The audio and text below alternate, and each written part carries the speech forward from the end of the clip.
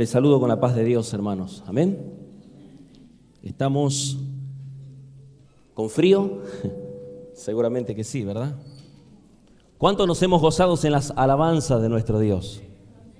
Nos hemos alegrado, hermano, porque somos la iglesia del Señor. Cuando la iglesia del Señor, valga la redundancia, vive la vida que a Dios le agrada, es una iglesia que puede estar en el polo sur, a 20 grados, grados bajo cero, y aún así levantando las manos y glorificando a Dios, porque sabe reconocer el sacrificio que Cristo ha hecho en la cruz del Calvario. Y la iglesia de Cristo es una iglesia viva. ¿Cuántos entienden esto? Tiene vida. Y Dios no es un Dios de muertos, pues Dios es un Dios de vivos.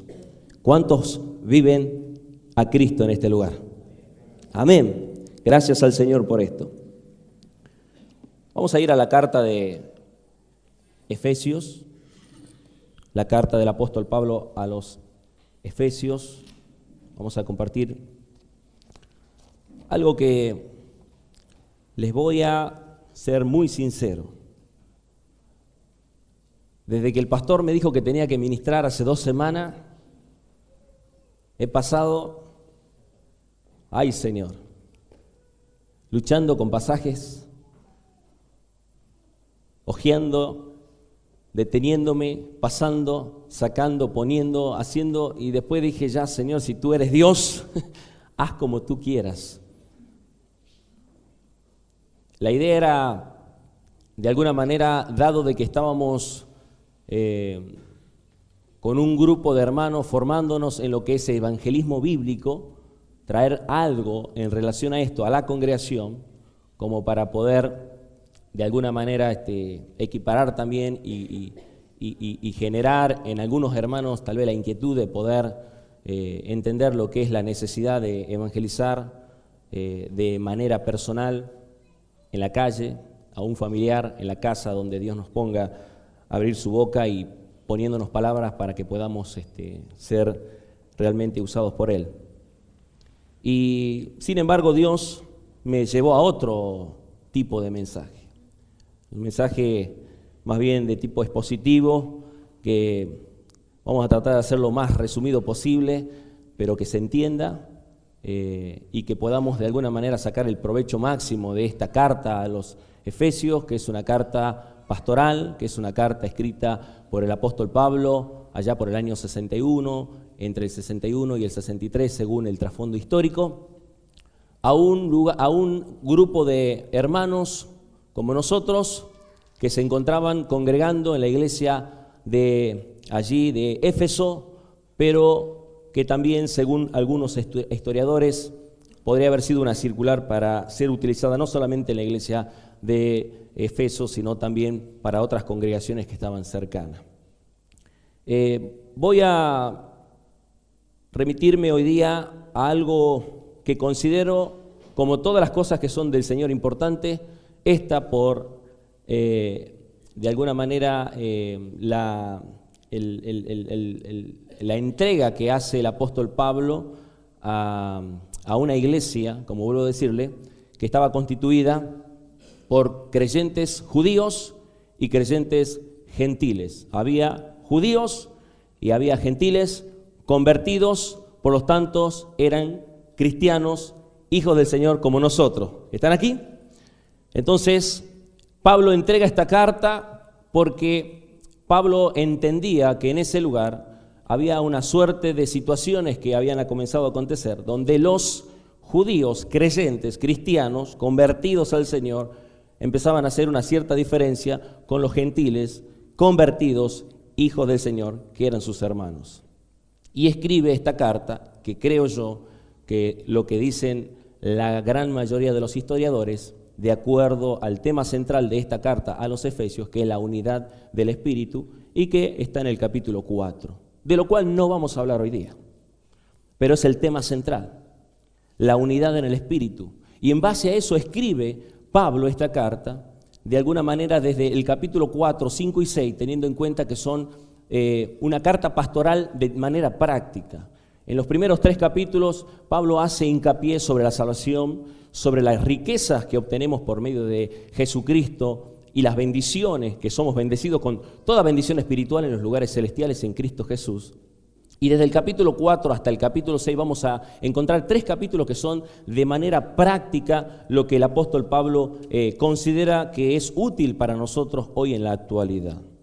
Podemos decir que el apóstol comienza la carta dando a conocer las riquezas de esta posición en Cristo y dedica los últimos 3 capítulos a la práctica, demostrando cómo deben andar los creyentes. Y yo quiero quedarme con esta palabra, la palabra conducirnos, andar. Esas 2 palabras quiero que nos grabemos. Y vamos a leer desde el capítulo 4, versículo 17, la palabra del Señor. Vamos a compartir hasta el versículo 24 inclusive. Esto pues digo y requiero en el Señor, que ya no andéis como los otros gentiles, que andan en la vanidad de su mente, teniendo el entendimiento entenebrecido, ajenos de la vida de Dios por las ignorancias que en ellos hay, por la dureza de su corazón, los cuales después que perdieron toda sensibilidad, se entregaron a la lascivia para cometer con avidez toda clase de impureza. Mas vosotros no habéis aprendido así a Cristo, si en verdad le habéis oído y habéis sido por él enseñados, conforme a la verdad que está en Jesús. En cuanto a la pasada manera de vivir, despojaos del viejo hombre que está viciado conforme a los deseos engañosos y renovaos en el espíritu de vuestra mente y vestíos del nuevo hombre creado según Dios en la justicia y santidad de la verdad. Padre, te damos gracias a ti por tu palabra, Señor. Queremos que tú nos hables en esta mañana. Queremos abrir nuestro ser a ti, dispuestos a recibir tu palabra conforme a tu voluntad. Que opere el Espíritu Santo, Señor, para traernos esta enseñanza sobre cómo debemos de conducirnos en esta nueva vida en Cristo Jesús.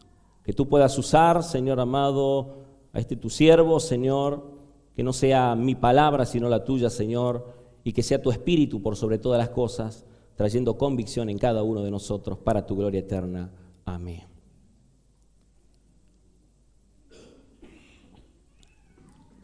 El apóstol Pablo ya tenía un precedente en relación a este tipo de separación que había entre judíos cristianos y gentiles cristianos, o sea, entre los cristianos que eran de los judíos que se habían convertido y de los gentiles. Si nosotros vamos como trasfondo histórico, simplemente vamos a ver en Gálatas capítulo 4, vamos a tener, por ejemplo, en un momento determinado, donde el apóstol tiene que confrontar a Pedro en el capítulo 2, porque el apóstol Pedro se encontraba en una situación que quizás era casi similar a lo que estaban viviendo lo de la iglesia de Éfesos. Y dice, pero cuando Pedro vino, en el versículo 11 del capítulo 2, pero cuando vino Pedro a Antioquía, le resistí cara a cara porque era de condenar. Una palabra muy fuerte que utiliza el apóstol Pablo, y vamos a ver el porqué de la razón. Pues antes que viniesen algunos de parte de Jacobo, comía con los gentiles, pero después que vinieron se retraía y se apartaba, porque tenía miedo de los de la circuncisión. Y en su simulación participaban también los otros judíos, de tal manera que aún Bernabé fuere también arrastrado por la hipocresía de ellos. Pero cuando vi que no andaban, acá el apóstol Pablo hace hincapié en algo fundamental sobre la conducta, el comportamiento de un creyente, un convertido. Pero cuando vi que no andaban rectamente conforme a la verdad del Evangelio, le dije a Pedro delante de todos, si tú, siendo judío, vives como los gentiles y no como judío, ¿por qué obligas a los gentiles a judaizar? Pero simplemente lo tomo como un contexto para ver la realidad del por qué muchas veces en esa condición de simulación, de esa actitud de hipocresía que participaba Pedro y un grupo de los gentiles convertidos, hacía que le molestara de alguna manera al apóstol Pablo. ¿Qué le llegó a molestar al apóstol Pablo? Bueno, yo creo que al apóstol Pablo le molesta lo que a Dios le molesta, porque todo lo que dice Pablo es palabra inspirada por Dios. ¿Lo entendemos así? Por lo tanto, el apóstol Pablo, comienza en el versículo 17 a presentar una suerte de condición en la cual hay un mandamiento fundamental. El mandamiento fundamental es requiero. Requiero, dice, en el Señor. Esto pues digo y requiero en el Señor. No es un mandamiento que sale de Pablo porque se puso caprichoso.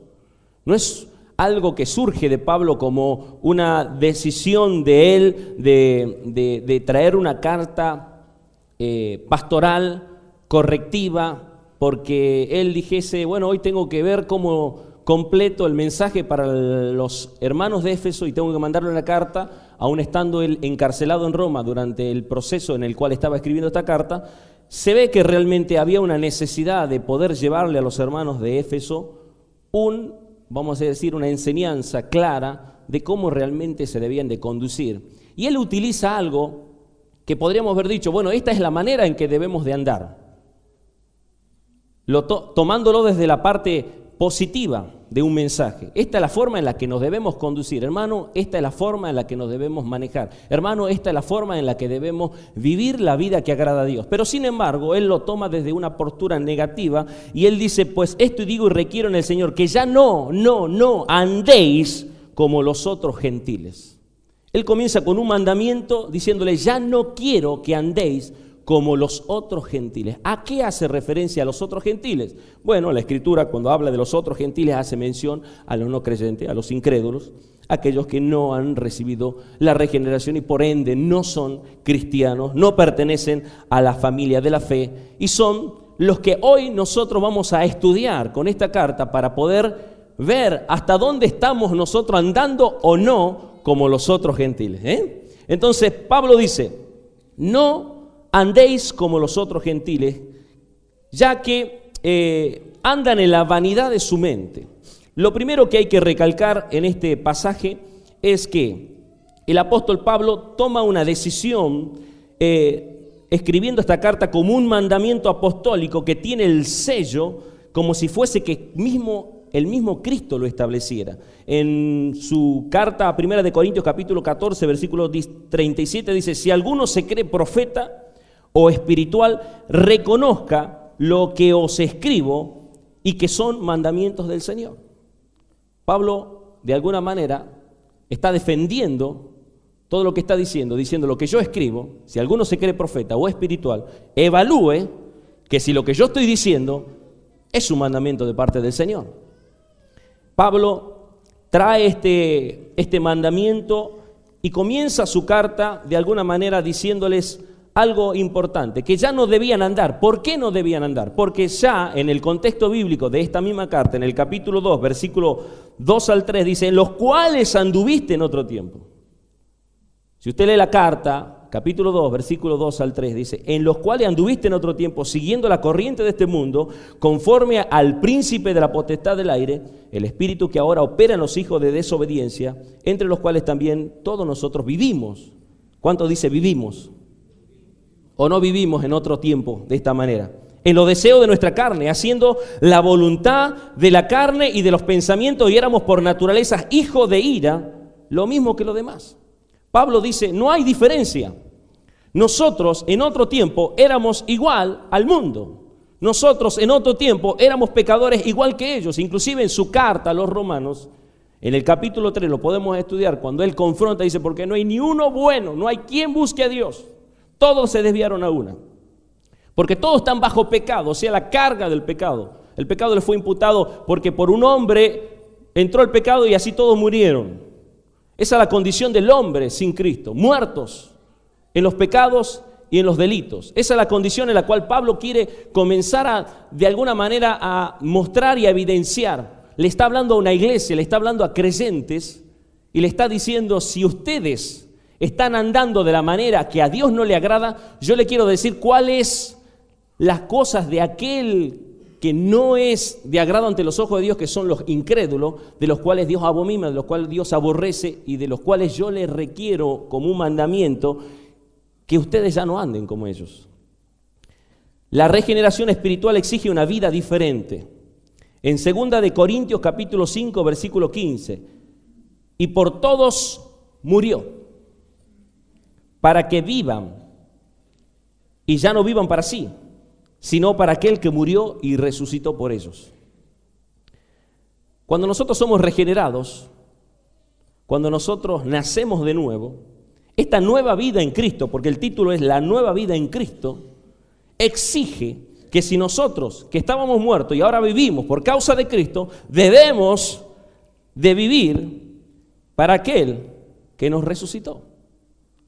Cuando el pastor decía, sientan lo que cantan, vívanlo, en otras palabras. A veces nosotros congregamos y expresamos cánticos al Señor y adoramos al Señor, pero lo hacemos de una manera muy sistemática, de una manera muy fría, de una manera muy como estructurada, pero sin embargo no tenemos ni siquiera conocimiento de lo que estamos haciendo. Y esa es la mente vana, a la cual Pablo en el mismo versículo 17 dice, esto digo y requiero en el Señor que ya no andéis como los otros gentiles que andan en la vanidad de su mente. ¿Qué es tener una mente vana? Bueno, la primera idea que sugiere sobre la vanidad de la mente es que es una vida sin sentido, y esto lo dice Eclesiastés capítulo 1, versículo 2. Vanidad de vanidades, dijo el predicador, vanidad de vanidades, todo es vanidad. La segunda idea en relación a una mente vana es que tiene que ver con un comportamiento consecuente a esa mente vacía, inútil, y a esa vida sin sentido. Con una mente vana nos conducimos a pensamientos, a deseos, a planes y acciones perversos. ¿Qué dice Romanos capítulo 1, versículo 21? Y vamos a ver que esto es verdad. Una persona que tiene una mente vana, que esos son los otros gentiles a los cuales Pablo hace mención, viven de esta manera. Pues habiendo conocido a Dios, dice Romanos capítulo 1, versículo 21, pues habiendo conocido a Dios, no dicen que nunca conocieron a Dios, pues habiendo conocido, dice, no le glorificaron como a Dios, ni le dieron gracias, sino que se envanecieron en sus corazones, así dice, en sus razonamientos, y su necio corazón fue entenebrecido. Son personas que no tienen una vida con el sentido que Dios nos da en la vida.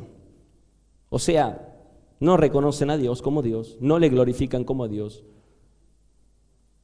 Y tal vez son personas que asisten a una reunión de una iglesia. Pero por asistir a una reunión de la iglesia, eso no es garantía de que somos cristianos. Por congregarnos regularmente, y por decirlo así, sin tener falta en las reuniones, no nos da a nosotros evidencia de que somos verdaderos cristianos. Aquí dice la palabra que estas personas que tienen su mente vana, en la que se envanecieron en sus razonamientos y su necio corazón fue entenebrecido. La condición de los no creyentes la expresa más claramente en el versículo siguiente, el versículo 18 de este capítulo de 4 de Efesios. Teniendo el entendimiento entenebrecido, y recién lo leíamos nuevamente en Romanos capítulo 1, versículo 21. Ajenos de la vida de Dios por la ignorancia que en ellos hay, por la dureza de su corazón. ¿Cómo lo muestra el apóstol Pablo a un no creyente, a un incrédulo? Pablo dice, tienen su entendimiento oscuro, son ciegos, propio de quienes viven en una ceguera espiritual, y que el mismo apóstol Pablo en su carta a los Corintios, capítulo 4, versículo 4, dice, en los cuales el Dios de este siglo les cegó el entendimiento de los incrédulos para que no les resplandezca la luz del evangelio de la gloria de Cristo, el cual es la imagen de Dios. El apóstol Pedro, en su carta en 2 de Pedro, capítulo 1, versículo 3 al 15, nos dice algo muy interesante, muy interesante. Yo sé que son muchos pasajes bíblicos, pero hermano, la Biblia se interpreta a sí misma y nosotros hemos entendido de que se trata de exponer la palabra y no de lo que uno quiera exponer, sino de hablar con la palabra de Dios. Segunda de Pedro, capítulo 1, versículo 3, en adelante, está pasando algo y Pedro dice estas palabras que nos pueden llegar a discernir a nosotros, ayudar a discernir la realidad del por qué Pablo está tan, vamos a decir así, ocupado, no preocupado, ocupado en la iglesia escribiéndole esa carta.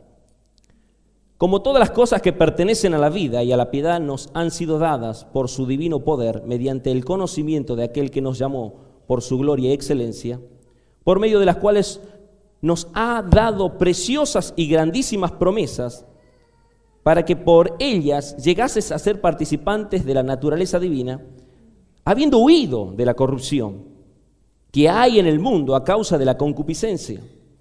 Vosotros también, poniendo toda diligencia por esto mismo, añadid a vuestra fe virtud, a la virtud conocimiento, al conocimiento dominio propio, al dominio propio paciencia, a la paciencia piedad, a la piedad afecto fraternal y al afecto fraternal amor. Porque si estas cosas están en vosotros, si abundan, no os dejarán estar ociosos y sin fruto en cuanto al conocimiento de nuestro Señor Jesucristo. Pero el que no tiene estas cosas, y acá el versículo clave es el versículo 9, pero el que no tiene estas cosas, ¿qué dice?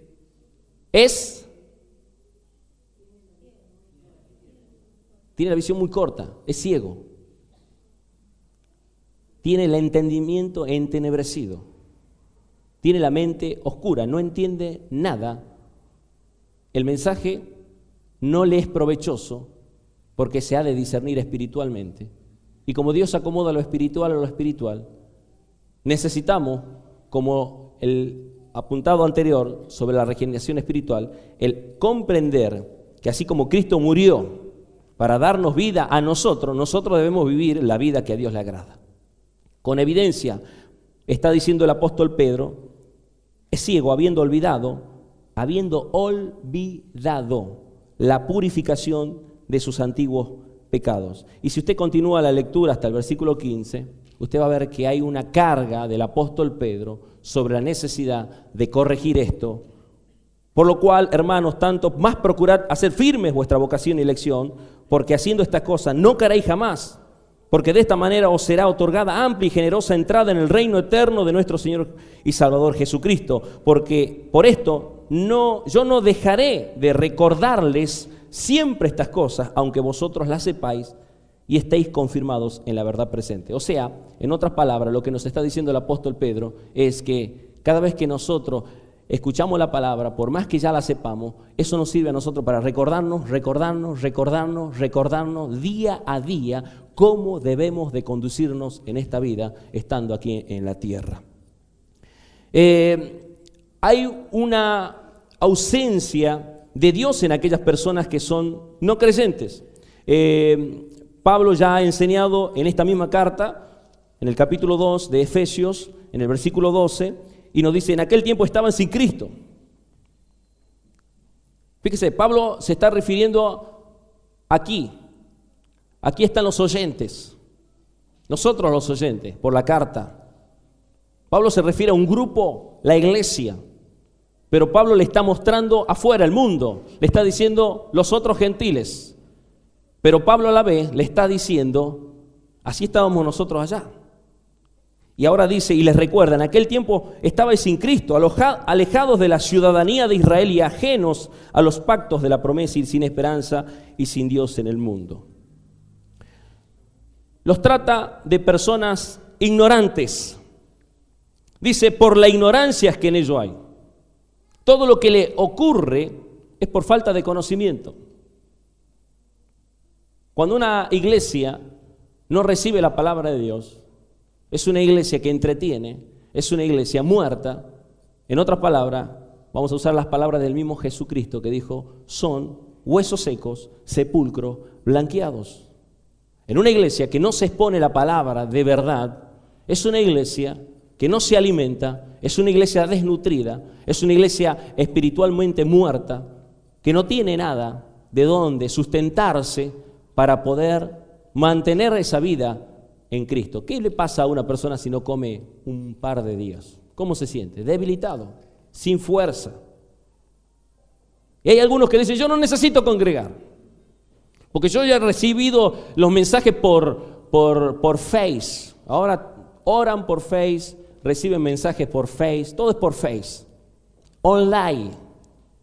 Yo veo al predicador desde como se filma y se graba, ahora yo lo escucho online. Está bien para aquellos que no tienen acceso a una congregación en la cual se enseña la palabra y que hay muchos lugares donde carecen de congregaciones, donde realmente son iglesias bíblicas necesarias para otras regiones, que no las hay. Y hay hermanos que nos piden a grito, y seguramente el pastor ya lo han invitado a varios lugares, que por favor vaya y lleve esa palabra, aún aquí en el mismo interior de Tucumán.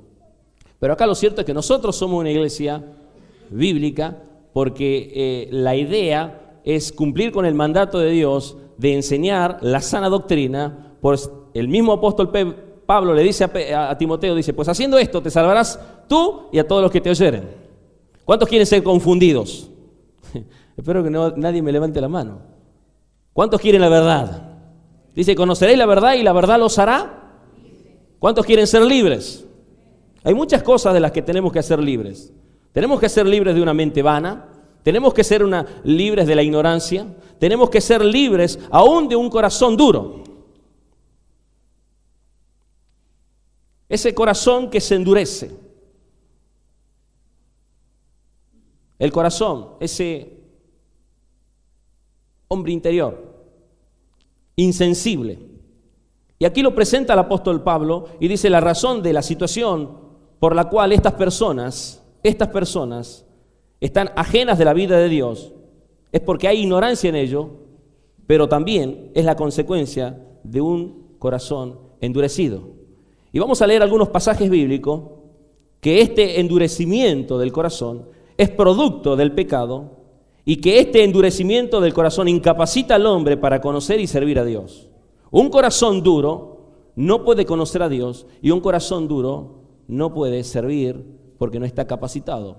Si nosotros hacemos una analogía en relación al corazón físico, cuando no tiene nada que ver, el corazón como órgano en el cuerpo humano es un órgano vital, fundamental.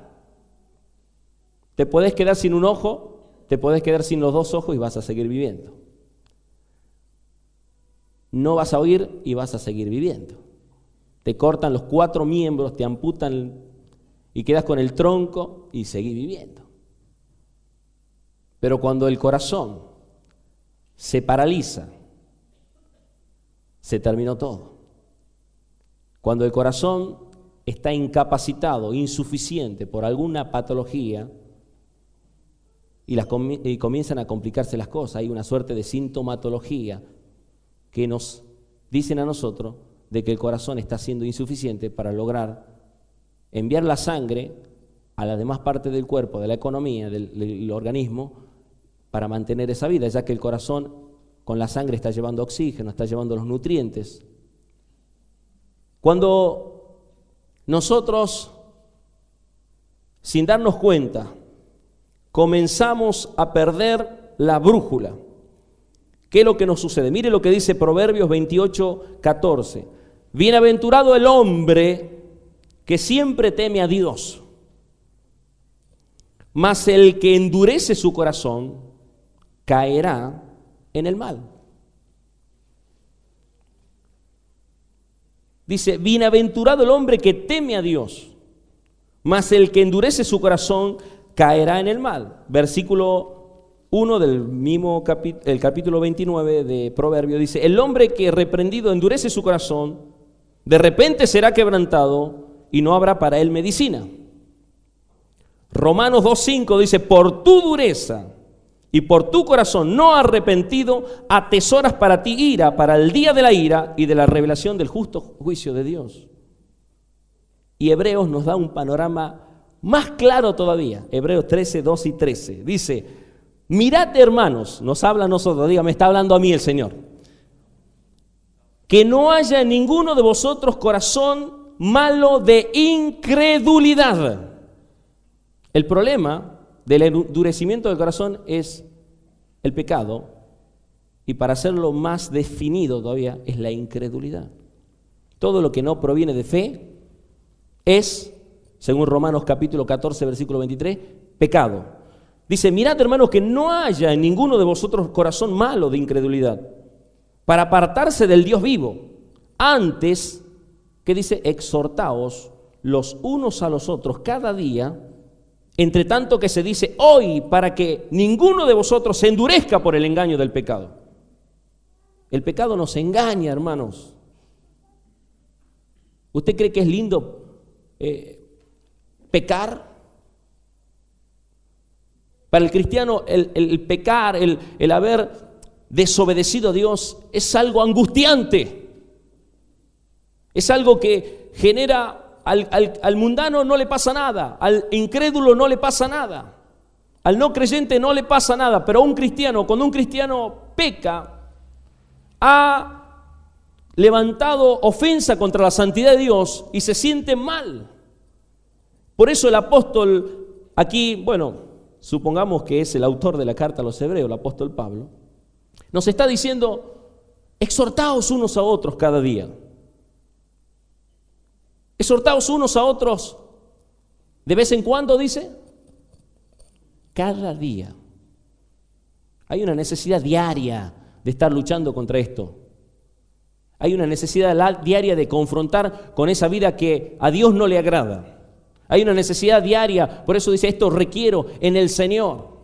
Está suplicando más o menos, aun cuando es una orden, un mandato, pero Pablo le está diciendo, muchachos, iglesia, por favor, ya no anden como los otros gentiles, porque hay en ellos ignorancia, porque hay en ellos dureza de su corazón, y ese corazón endurecido, producto del pecado, los está arrastrando a que ustedes se aparten del Dios vivo, a que no cumplan con la voluntad del Señor. Y algunas manifestaciones de esta vida del cristiano es que tienen un corazón insensible. La misma palabra nos dice más adelante en Efesios capítulo 4, dice, los cuales después que perdieron toda sensibilidad, se entregaron a la lascivia para cometer con avidez toda clase de impureza. Y una de las consecuencias de una persona que se deja endurecer es que justamente por su conciencia totalmente cauterizada, practica voluntariamente el pecado. Y este es el estado de todo aquel que no conoce a Cristo. Es un estado en el cual la palabra no los redarguye, ya no sienten nada por la palabra, perdieron la sensibilidad, el mensaje no les llega. La palabra confronta como martillo que parte la roca, la palabra como jabón de lavadores, la palabra que quiere producir el efecto para el cual es enviada, pero este corazón endurecido, insensible, está como indiferente, le da lo mismo. Hoy congrego, hay que congregar, no me queda otra, porque si no después me voy a estar recibiendo los llamados de por qué no fui, las cargadas de los hermanos, hermana, ¿quién es usted? Y todas esas cosas. Hermano, la palabra de Dios dice que estas personas se entregaron voluntariamente, dice, se entregaron a la lascivia. ¿Y sabe lo que es la lascivia? La lascivia es justamente una palabra que deriva del griego y que el mismo apóstol Pablo hace mención en su carta a los Gálatas, capítulo 5, versículo 19, cuando hace esa comparación entre lo que son los frutos del Espíritu y los frutos de la carne, y que tiene que ver con la base para cometer cualquier tipo de inmoralidad. Por eso dice, se entregaron a la lascivia para cometer con avidez toda clase de impureza. Una práctica pecaminosa desbordada, totalmente depravada por causa del pecado en una persona que tiene su corazón endurecido. Esta es la condición en la cual Pablo presenta al no creyente. Pablo dice, esto es el hombre sin Cristo. Es un hombre depravado, es un hombre que está en miseria, es un hombre que está muerto en pecados y delitos, es un hombre alejado de Dios, de la ciudadanía de Dios, es un hombre que no tiene esperanza, es un hombre que aunque conozca a Dios, no le glorifica como Dios, no le interesa bendecir el nombre de Dios. Y Pablo ahora, después de decirle todas estas cosas, dice, más vosotros, en el versículo 20, mas vosotros no habéis aprendido así a Cristo. Es como que le dice, esto es lo que yo no quiero que hagan ustedes. Esta es la forma en la cual ustedes no se deben de conducir. porque ustedes no aprendieron así de Cristo, si en verdad le habéis oído y habéis sido por él enseñados, conforme a la verdad que está en Jesús. El creyente aprende a Cristo. El cristiano aprende a Cristo, no aprende de Cristo. No lo mismo es conocer de Dios que conocerle a Dios. Hay una gran diferencia entre conocer la vida de Cristo a vivir a Cristo. Cuando uno la practica, cuando uno la ejerce, cuando uno ahora entiende que ya no vivo yo, mas Cristo vive en mí. Es importante notar que no se trata de aprender solamente de Cristo, sino aprender a Cristo. Es un conocimiento personal y experimentar vivir a Cristo. Lo dice Filipenses 1:21. Lo vamos a dar vuelta a la hoja y dice: porque para mí el vivir es Cristo, eso lo dijo Pablo, y el morir es ganancia. Y Gálatas 2:20, que es un pasaje recontra mil conocido, predicado, enseñado desde todas las perspectivas, y que siempre nos va a decir algo importante con la misma lectura, es: con Cristo estoy juntamente crucificado. Ya no vivo yo, mas Cristo vive en mí. Pero algo más importante dice: y lo que ahora vivo en la carne, lo vivo en la fe del Hijo de Dios, el cual me amó y se entregó a sí mismo por mí. Es un precioso versículo para poder entender que ahora nosotros, que estamos en Cristo Jesús, ahora nosotros, la iglesia, desde el versículo 20, ya hemos dejado de hablar de los incrédulos. Ahora está Pablo refiriéndose a ellos, a aquellos que han aprendido a Cristo, que si en verdad le han oído, que han sido enseñados conforme a la verdad que está en él. En cuanto a la pasada manera de vivir, deben de despojarse del viejo hombre que está viciado conforme a los deseos engañosos y renovarse en el espíritu de la mente para vestirse del nuevo hombre creado según Dios en la justicia y en la santidad de la verdad. Esa es la condición precisa. Es fundamental que nosotros podamos entender que quien vive a Cristo vive en la verdad. Porque Él dice: yo soy el camino, yo soy la verdad y yo soy la vida, y nadie viene al Padre si no es por mí. Eso lo dijo en San Juan capítulo 14, versículo 6. El creyente tiene comunión con Cristo para vida, tiene que andar en la verdad. Primera de Juan capítulo 1, versículo 6. Si usted está en Cristo, Pablo le está diciendo, ustedes que están en Cristo tienen que andar en la verdad. Dice: si decimos que tenemos comunión con Él, y fíjese que la palabra vuelve a aparecer acá. Yo le dije que retenga esa palabra: andar, conducirnos. Y andamos en tinieblas, ¿qué dice? Mentimos y no practicamos la verdad. Si yo digo que estoy en Cristo, que yo he sido un nacido de nuevo, que yo soy un convertido, entiendo la doctrina, el plan de salvación, entiendo que no es decisionismo, entiendo que es soberanía, entiendo elección, entiendo propiciación, expiación, entiendo todo. Entiendo lo fundamental que es la justificación. Justificados pues por la fe tenemos paz para con Dios por medio de nuestro Señor Jesucristo.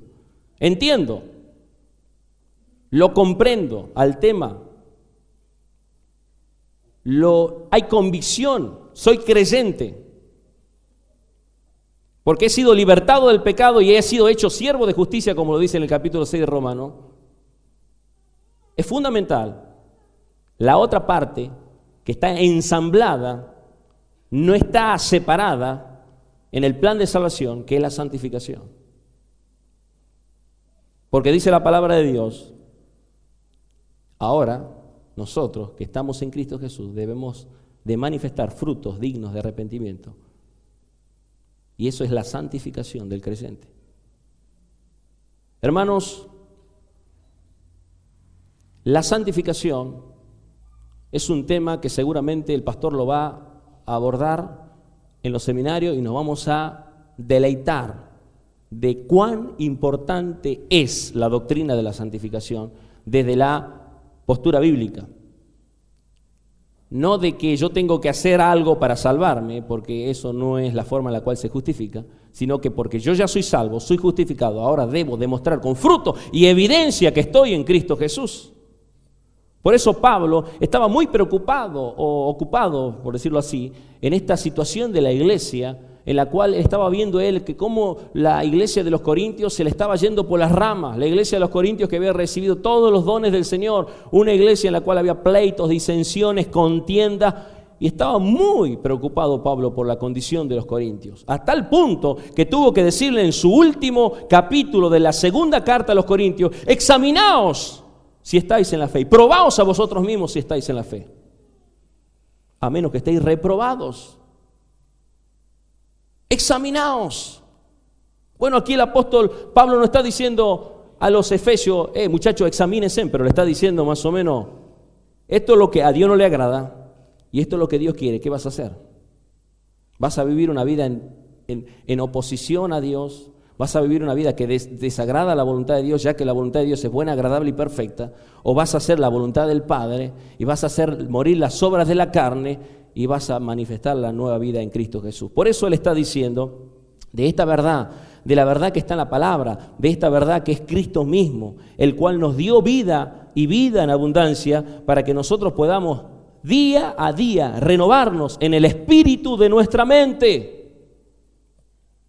El renovarnos en el espíritu de nuestra mente es lo que tenemos que hacer todos los días nosotros, porque eso demuestra realmente que nosotros estamos realmente recibiendo la palabra de Dios, la cual nos va perfeccionando. La palabra produce un efecto, pero produce un efecto no en un servicio de celebración. La palabra produce un efecto en el diario vivir, en el día a día con la palabra, en el día al día con el Señor, en el día a día recibiendo las enseñanzas que vienen de parte del Señor, y que cada día cuando nosotros estamos caminando y nos queremos desviar hacia un sector o hacia el otro, el Señor nos mantiene, porque dice que por más torpe que seamos no nos vamos a salir del camino de Él, porque la palabra es la que nos corrige. La palabra es la que nos alinea, la palabra es la que nos dice a nosotros si cómo estamos, si estamos con el termómetro medio en rojo o estamos bien, cómo estamos caminando, cómo estamos andando, cómo nos estamos movilizando, qué es lo que estamos haciendo, si a Dios le agrada, a Dios no le agrada, ¿es la voluntad de Dios estas cosas o no son la voluntad de Dios? Es por eso importante entender que el renovarnos en el espíritu de nuestra mente, como lo dice Romanos 8:29, vamos a ir a ese pasaje de Romanos capítulo 8, versículo 29. Que es obra del Espíritu Santo. Es una obra del Espíritu Santo. El Espíritu Santo solamente opera en aquellos que son los hijos del Señor. Y la palabra del Señor dice que su palabra es espíritu y es vida. Ahora en Romanos 8:29 dice: porque a los que antes conoció también los predestinó para que fuesen hechos conforme a la imagen de su Hijo, para que Él sea el primogénito entre muchos hermanos. O sea, Él es nuestro mentor, nuestro ejemplo. Tenemos que seguir las pisadas de Cristo.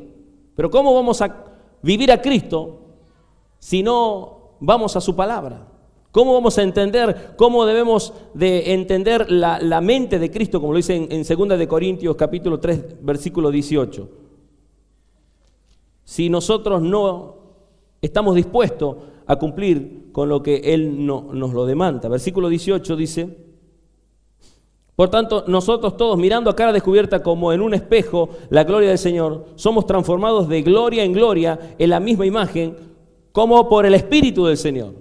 O sea, estamos siendo transformados de gloria en gloria en la misma imagen como por el Espíritu del Señor. El Espíritu del Señor está trabajando en mi vida. Hay algunos que ya nos llevan unos metros más. Y hay otros que todavía estamos, pero vamos avanzando. Y la idea es, hermano, no te quedes, vamos adelante. ¿Qué es lo que no comprendes? ¿Qué es lo que te cuesta? ¿Cuál es tu situación? Entonces, la conducta de nosotros como creyentes debemos de manifestarla con evidencia, con frutos. Si tú eres un hijo de Dios, demuéstrame. Vive como a Dios le agrada. Somos la luz del mundo. Decimos que somos la iglesia, andemos como hijos de luz. Esa renovación es progresiva. Hay muchos pasajes que hablan de esta acción progresiva en relación a renovarnos. El mismo capítulo de Romanos, capítulo 12, versículo 2, nos lo dice de esta manera. Una renovación en la mente, día a día. El renovarnos en el espíritu de nuestra mente es diario, es con la palabra de Dios. Día a día el Señor nos va corrigiendo de enseñanzas que no son bíblicas, de actitudes, de comportamientos, de conductas, de cosas que a Dios no le agrada. Y Dios nos dice esto no, esto no, esto no. ¿Y cuántos se gozan porque Dios nos corrige? Porque quizás para uno dice, sí, pero es que dura esta palabra, ¿quién la puede oír? Bueno, los hijos del Señor vamos a oír la palabra del Señor, por más dura que sea, vamos a agradecerle a Dios, porque sabemos que cuando el Padre nos disciplina es porque nos ama, ¿sí? Cuando el Padre nos corrige es porque nos ama. Dice, no os conforméis a este siglo, dice, sino transformaos por medio de la renovación de vuestro entendimiento, para que comprobéis cuál sea. Dice, para que comprobéis cuál sea la voluntad de Dios, agradable y perfecta. Y lo mismo lo dice en su misma carta a los Efesios, capítulo 5, versículo 18.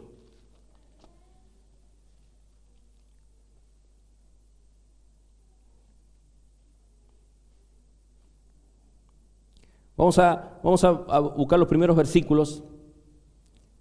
Desde el capítulo 5 al versículo 1 dice, sed pues imitadores de Dios como hijos amados. ¿Qué significa ser un imitador? Dice, y andad en amor como también Cristo nos amó y se entregó a sí mismo por nosotros, ofrenda y sacrificio de Dios en loor fragante.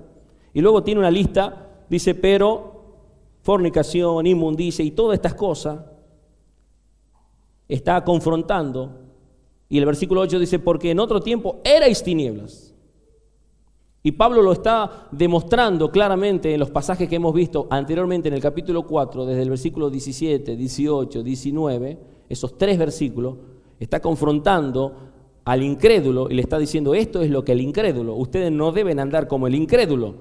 Ahora Pablo nuevamente en esta carta, en el versículo 8 dice, porque en otro tiempo erais tinieblas, mas ahora sois luz en el Señor, andad como hijos de luz. Y el versículo 18 dice, no os embriaguéis con vino, en lo cual hay disolución, antes bien sed llenos del Espíritu. Y cuando nosotros somos llenos del Espíritu, porque la palabra, hermano, trabaja en nosotros, la palabra misma es la que produce el efecto para el cual es enviada. Y nosotros nos la apropiamos a la palabra de Dios. Y esa acción se evidencia en despojarnos del viejo hombre y revestirnos del nuevo. Es un progreso de una vida de santificación. Por lo tanto, Pablo está diciendo en el versículo 24, y vestidos del nuevo hombre, creados según Dios en la justicia y santidad de la verdad. Ahora, hay una pregunta que yo quiero hacer. Dado que todo este pasaje que hemos leído, esta parte de la Escritura a la cual nos hemos remitido, hace mención a un mandamiento de Pablo a una congregación sobre algo que continuamente nos está apelando a preguntarnos si realmente estamos viviendo la nueva vida en Cristo Jesús. Nosotros estamos imitando, estamos siguiendo sus pisadas. La pregunta es, ¿cómo se ajusta mi vida a la demanda que la Biblia misma expresa en estos pasajes? ¿Cómo yo hago ahora? ¿Cómo me ajusto a esto? Pueden ver mis seres queridos, pueden ver mis amigos, pueden ver a donde yo vivo, donde yo trabajo, donde yo estudio, de que yo estoy separado del mundo. Eso es ser santo, apartado del pecado y consagrado para Dios. Pueden ver que yo soy un creyente radical, genuino, convertido, que evidencio por los frutos de la palabra de Dios que realmente he nacido de nuevo. Pueden ver los que me rodean que realmente yo estoy vestido de ese nuevo hombre creado según Dios en la justicia, en la santidad y en la verdad. ¿Eso se evidencia? ¿O somos como aquellos creyentes religiosos que no queremos ni siquiera cargar la Biblia porque dice, se van a dar cuenta que soy creyente. Bueno, esta es una Biblia de estudio, pero hay unos que buscan esa Biblia de bolsillo. Pero dice, ¿por qué es más cómoda para mí? Porque es la forma en la cual yo me estoy... es más cómoda, pero es porque a veces no quiero que me vean. Está bueno que sea cómoda. ¿O será que no quiero que se enteren que soy creyente? Ninguno de nosotros podemos esconder lo que Dios ha hecho en nuestras vidas. Y la santificación no se puede esconder. Es una evidencia que se exterioriza en nuestras conductas, en nuestro diario vivir, en nuestra forma de hablar, en nuestra forma de proceder. ¿Cómo estamos procediendo? Nuestras relaciones con nuestros hermanos. ¿Cómo estamos haciendo con los negocios? ¿Cómo estamos viviendo en nuestro matrimonio? ¿Cómo estamos haciendo nuestras relaciones de padres e hijos? Todo se evidencia y todo es producto de que la palabra de Dios está trabajando en nuestras vidas. Quiera Dios, iglesia amada, que podamos retener estos pasajes de la Biblia y que los escudriñemos. La carta a los Efesios es una carta, como toda la Biblia y los 66 libros, rica espiritualmente para nuestro provecho. Y si nosotros amamos a Dios, lo estuvo repitiendo el pastor todos estos días, si me amáis, guardad mis mandamientos. Vamos a orar a nuestro Señor.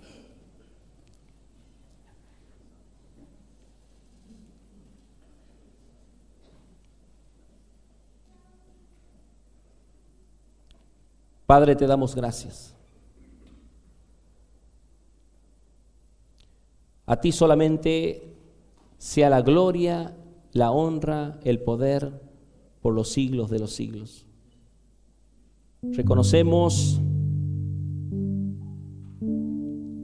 que tu palabra es viva y es eficaz,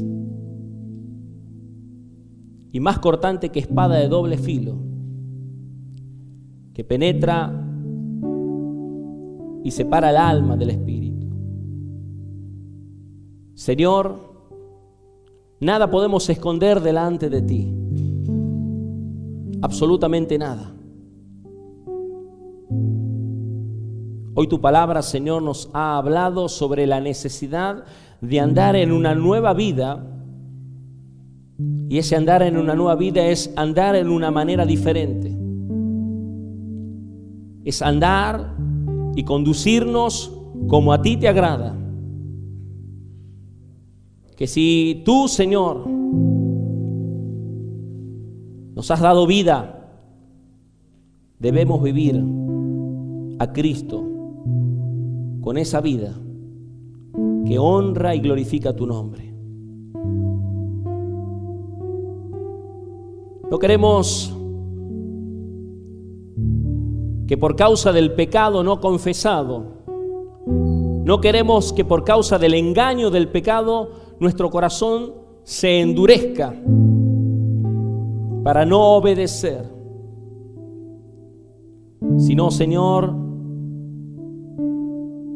queremos examinarnos delante de ti a la luz de la palabra para comprender y reconocer que apartados de ti nada podemos hacer, que solo tú tienes palabras de vida eterna, que solo tú, Señor, puedes quitar la carga, Señor amado, el peso del pecado, y permitirnos a nosotros, en la libertad de tu Espíritu, conducirnos de esta manera en la cual tú, Señor, nos enseñas, siendo hijos de luz. Conducirnos en el amor, en el temor, en la obediencia. Conducirnos de una manera, Señor, en la cual podamos reflejar a Cristo en nosotros. Porque el apóstol Pablo dijo, ya no vivo yo, mas Cristo vive en mí. Pero eso es porque estamos crucificados juntamente con Cristo. Es porque hemos reconocido la obra de Jesús en la cruz del Calvario, que Él pagó los precios de nuestros pecados. Por eso te adoramos y te damos gracias a ti, Señor, por esta obra maravillosa. Y tu palabra nos exhorta y nos dice que debemos de fortalecer a los débiles, que debemos de levantar al caído, que debemos de estar constantemente estimulándonos en el amor del Señor y día a día el poder, Señor amado, comprender lo que es el renovarnos en el espíritu de nuestra mente por medio de la obra del Espíritu Santo que hace a través de tu palabra. Permítenos, Señor, amar tu palabra. Permítenos, Señor, disponer de los tiempos que quizás muchas veces te hemos robado por haber estado haciendo otras cosas que no son de tu agrado. Y volvernos a tu palabra, volvernos a la Sagrada Escritura, volvernos a las sendas antiguas. Señor, si estuvimos corriendo como este mundo, si estuvimos andando de una manera en la cual, Señor, hoy nos has hecho ver que estábamos equivocados, permítenos, Señor, volvernos a ti con un espíritu de arrepentimiento, Señor, genuino, diciéndote: aquí estoy, Señor. No he estado buscando tu presencia, no he estado utilizando los medios de gracia en la oración, en la palabra, no he estado congregando como tú nos demandas, no he estado cumpliendo en el estar orando los unos por los otros, en el estar sobrellevando las cargas los unos de los otros. O tal vez, como continúa esa carta desde el versículo 25 en adelante, desechando la mentira, hablar verdad, hemos estado mintiendo. Tal vez nos hemos airado y no hemos perdonado a un hermano y hemos, tras de todo esto, arrastrado a contaminación a otros por la raíz de amargura que se ha producido en nuestras vidas. Pero hoy queremos despojarnos del viejo hombre, Señor, que está viciado en sus deleites, en sus placeres, en sus propias concupiscencias, y revestirnos del nuevo hombre creado según Dios. Que Jesucristo, nuestro Señor, pueda manifestarse en nuestras vidas siempre, Señor. Permítenos, Señor, alcanzar esta madurez espiritual. Permítenos crecer con el crecimiento que da Dios. Permítenos avanzar y no quedarnos estancados. Permítenos, Señor. Permítenos, Padre eterno, a cumplir tu palabra debidamente, Señor. Permítenos extender tu reino y ser luz en medio de la oscuridad. Permítenos, Señor, llevar esta palabra a otros que están necesitados. Permítenos, Señor, crecer y comprender más sobre tu palabra para poder, Señor, traerles a otros también el evangelio de salvación. Permítenos, Señor, activa en nosotros, Señor, que haya realmente este sentir que hubo en Cristo Jesús. Este sentir de devoción, de pasión, de entrega, en la cual día a día podamos negarnos a nosotros mismos, tomar la cruz y seguirte a ti, Señor. Es necesario, Padre, que nosotros mueramos para que tú vivas en nosotros. Que mueramos al pecado, que mueramos a las malas intenciones de nuestro corazón, a los malos pensamientos, para poder vivir en la vida que a ti te agrada, Jesús.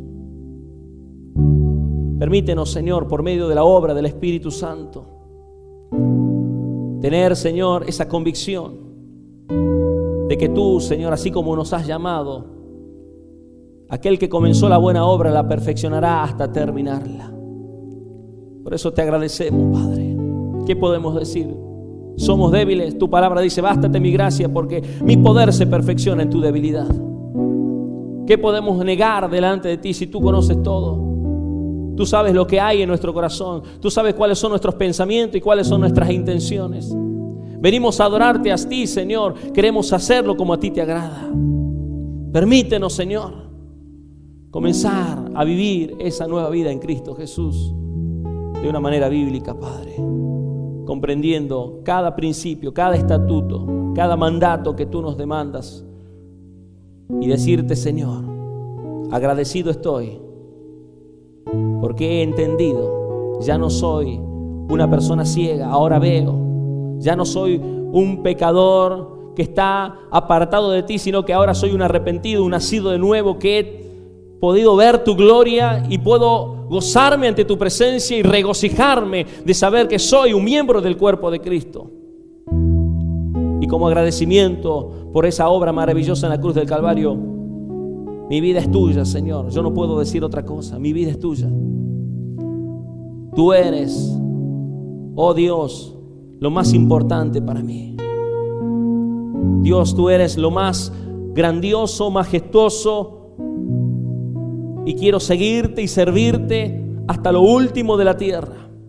Quiero cumplir con tu palabra, Señor, aun cuando tenga que terminar como uno de los mártires por causa de Jesucristo. No quiero negarte para que tú no me niegues.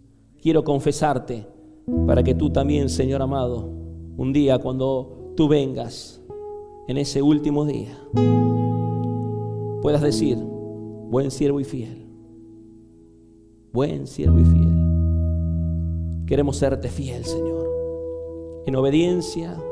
Queremos serte fiel en la comunión entre los hermanos. Queremos serte fiel en la honra a tus siervos. Queremos serte fiel, Señor amado, en el día a día con aquellas personas que no son del reino.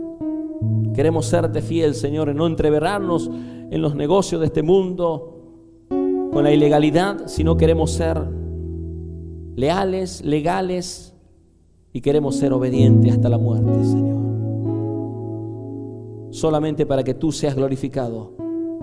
Solamente tú, Señor. Digno eres de gloria. Digno eres de gloria, Señor. Digno eres tú, Señor Jesús. Te adoramos a ti, Padre.